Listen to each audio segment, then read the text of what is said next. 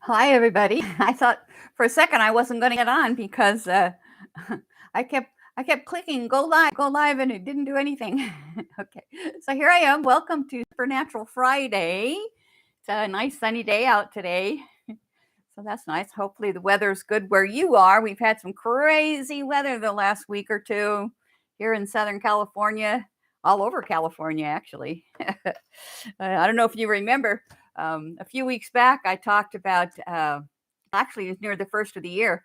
I talked about this year is going to be, you're going to hear this a lot like, wow, I've never seen that before, or similar words to that.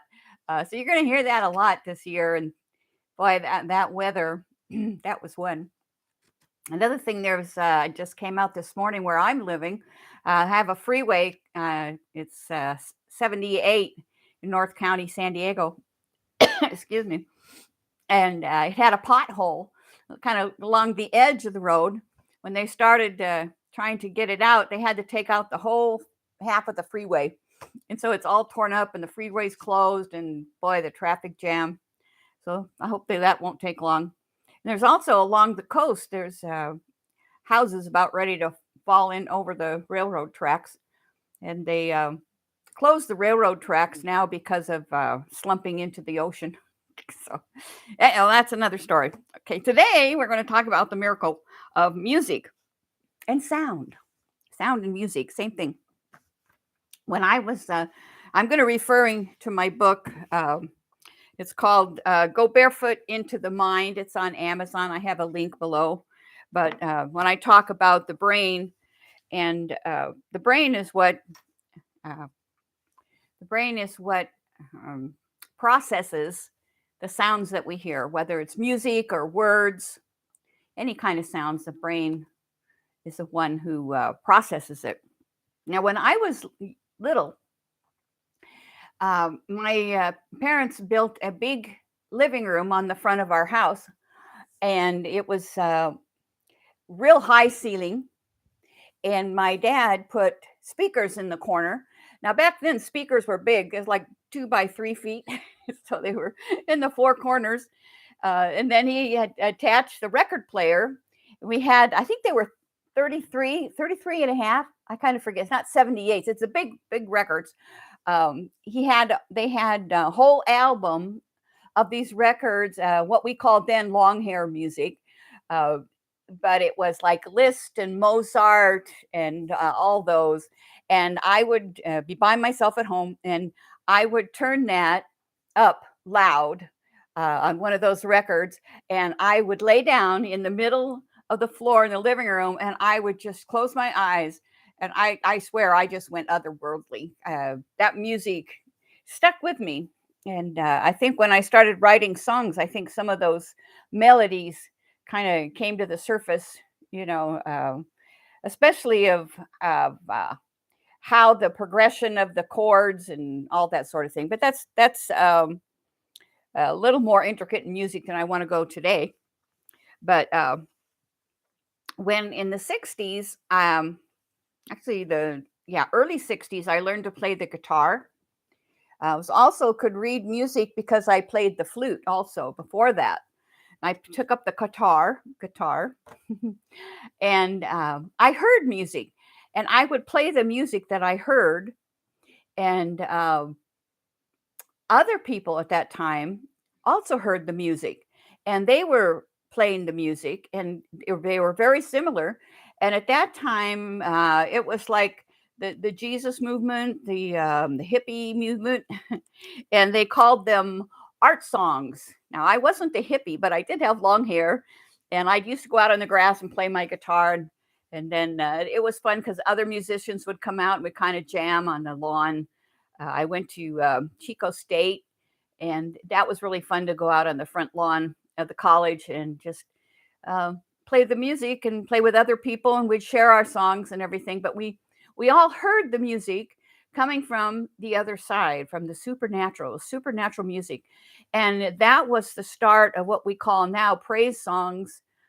They may have another name now. I didn't keep up with the verbiage, but um, that's how the praise song started. And then people, put it together and published it and that sort of thing. we didn't charge anything for our music. We just shared our music at that time. That was in the early 60s. Uh, a lot of times people will hear angels singing on the other side. I've heard the angels singing and playing and then hearing music from other instruments that we don't have. They're like string instruments, like like a type of horn. But the angels, they sing way high above what we can hear in our ears, and it's like all of a sudden our hearing is enhanced that we can hear that the angels singing, and sing in harmony, and then all of a sudden it'll shift to a different tone, and those harmonies would come up, and it's a just it's just so beautiful. And a lot of people have heard angels singing from the other side. So music is supernatural. It's on the other side, but it also crosses into the physical side, and in the physical side, it crosses back and forth. I often have visions, especially when I'm at church. And this one Sunday, we were singing in church, and I could all of a sudden I heard the angels singing with us, and then there were other voices beside the angels. And then I had a vision that there was this group of people, maybe 4 or 5 people. They were walking down a street in heaven, I presume, because it was a beautiful place, and they were singing with us. They heard the angels singing, and they were singing with the angels. And then the angels kind of calmed down, and we stopped singing. And those people kept singing that song, walking along, and then the vision faded. But I thought that was interesting that perhaps people in heaven can hear us when we're singing and sing along. So, anyway, that's a little side note, little tidbit. Um, Also, I studied the brain for 10 years because in the Bible it says to renew your mind and capture thoughts. Well, our mind is actually dependent on our brain of what our memories are, and that's where our speech comes from. That's where our thinking is stored. Our thinking draws from what's inside the brain. So I studied that for maybe a little over 10 years, and I wrote the first edition of this book. This book was the second edition because there were so many new things, and I added more pages to it and a little bit extra in the back. I published this in 2019, and it's almost ready for a third edition because they're finding out so many new things. So, getting on to the supernatural, amazing thing about music, um, there were 2 doctors. I believe they were married. Uh, at any rate, they studied music together. Dr. Kaminobu Sugaya and Dr. Yako Yanatani. I murdered that. I'm sorry. uh, Hope you can hear me. Uh, so, uh, they, um, through studies, their own studies, that music can reduce stress, pain, and symptoms of depression. Of course, that's what kind of music. Music improves cognitive and motor skills, spatial temporal learning, and the brain's ability to produce neurons. Now, neurons are your memories uh, in your brain, the neurons, and they're always changing. It used to be years ago that they thought the brain couldn't change, that the neurons were set in cement, but actually they change every day. Like when you sleep, the glial cells come through, and if you had something that you saw during that day that you didn't pay much attention to, they'll be loose and wavy on neurons, and the glial cells will clip those off. And I think that's sometimes what our dreams are these clipped off branches that kind of hook to other branches and hook to other neurons. And I know a lot of times people say, "Why don't you sleep on it?" And they'll have the answer to the problem the next morning. And I think that, oh, I'm going down a rabbit hole. Anyway, music, yes. A funny thing. This reminded me because I my cat walked by way over there. Uh, that cat's purring actually change things in your body, not just in your brain, but in your body itself. The purring.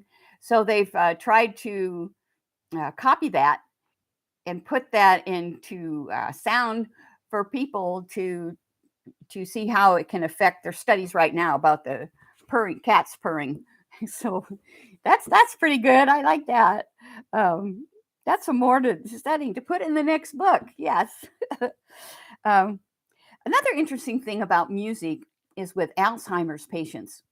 Now, I'm at an age to start thinking about dementia. Um, I've gone through chemotherapy the last year and I have what they call chemo brain. So I have a hard time thinking of words. So I do puzzles and jigsaw puzzles and other word puzzles to try and stimulate my brain because I get foggy brain a lot of times. That's why I have to kind of look at notes. I never used to have to do that. Well, that's bad English. Anyway, Alzheimer's. That patients with Alzheimer's, they would play music that the patient would know from when they were younger or previous, and they could remember the words. They could almost sing along with the music, and all of a sudden it perked them up and everything because Alzheimer's, it clogs down the neurons in a certain part of your brain. So then you lose that memory. But music is in a different place in your brain. So that so if there's things that you want to remember, it's good to put it to music. And we do that anyway. We sing our ABCs, A B C D, to remember our ABCs. So getting back to Alzheimer's, because I just read my book again. I got ahead of it. That music was shown to calm movements by patients with Parkinson's disease, besides the Alzheimer. And babies increase their movements when hearing music. They respond to toys that make sounds. Singing to infants can often calm them. Any mother would know that.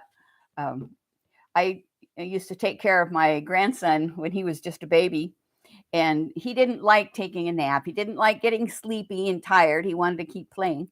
So I would sing to him, but it wasn't just any song. It had to be Do Re Mi from The Sound of Music. That it would start calming him down, and I would walk with him, carrying him and singing that with him with me singing, and he'd go right to sleep. But any other song, nope. It's a funny thing, isn't it?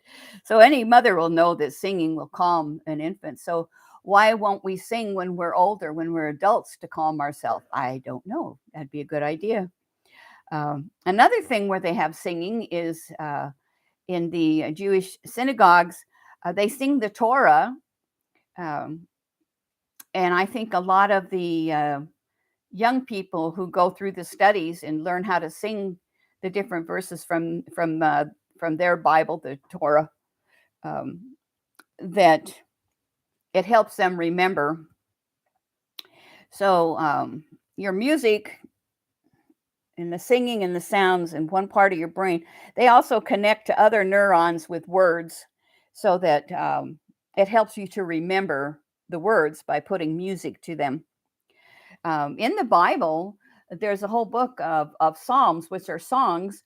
They're mostly by David, but there's other songs in there that they used to sing that weren't written by David, which I thought was interesting. I never realized that. And they often started out sad or angry or hopeless, and then as the song went along, it got happier and happier and was good. Also, during Passover, they sing certain songs, and I'm thinking about when Jesus was on the cross. He was just across the valley, they believe, from where the temple was, and he probably could hear the singing. And if they sang Psalms 22, that might have been what he was repeating or singing when he was on the cross, because a lot of the words that he said, that they recorded that he said on the cross, were words from that psalm. So I think that's interesting. Also, you think about the music in movies that they use. I think the music is such an important part of a movie. some of the music that they've used in movies are so moving. When you hear that song, you think of that movie, and you feel that same emotion is triggered in your body from that movie. Um, I'm thinking of Australia. The music they had in that, whenever I hear it, it triggers an emotion.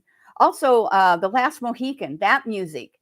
Um, I hear that, and that triggers the emotion that I had watching that movie. I mean, that has pretty traumatic parts in it. But so high pitched music with a fast beat, they'll use that in a movie to depict alarm. A lot of times, if I'm watching a movie and I anticipating something happening, crash or something, I'll take my headset off because I don't want to hear that music build up because it'll affect my emotions. Where just watching it, and there's some movies that I wished I hadn't gone to see that I didn't know were going to have bad parts, and I'd spend half the movie not watching and going la la la, in my head, fingers in my ears. Pulsing music shows fear and anxiety. Low, slow music in minor chords depicts depression. Well, any musician knows if you play the minor chords, it's a dark tone. It emotes sadness and depression. And major chords and peppy music depicts happiness or good excitement. And marching band, using the music and marching band will be in major chords and peppy, nice beat. Um, Now, also, not just music and the sound of music uh, can affect us, but other sounds can affect us. Um, it can trigger PTSD in a lot of people, like the sound of fireworks can trigger PTSD. But verbal aggression in children actually alters the structure of their brain, especially when they're young like that, because their brain is so malleable. I mean, it's so changing all the time, even more than when we're adults, um, because they have so much information coming in, and it can affect them the rest of their life and how they think about themselves, how they think about life, how they interact with other people. But verbal abuse can cause low self esteem, self worth, and withdrawal. But anyway, that's what's one section of hearing in my book, Go Barefoot into the Mind. I also have a lot of resources that I used, resources for that particular chapter was 1, 2, 3, 4, 5, 6, 7, 8, 9, 10, 11, 12, 13, 14, 15, 16, 17, 18 references for future or further, I should say, further study if any of you are interested in any of that. But if we can pay attention to what we allow into our mind to affect our emotions, sometimes we are depressed and we don't know why. And it could be something very simple to correct in our brain. So that's always a good study. So I hope that was interesting. Hi, Simon. you made it today.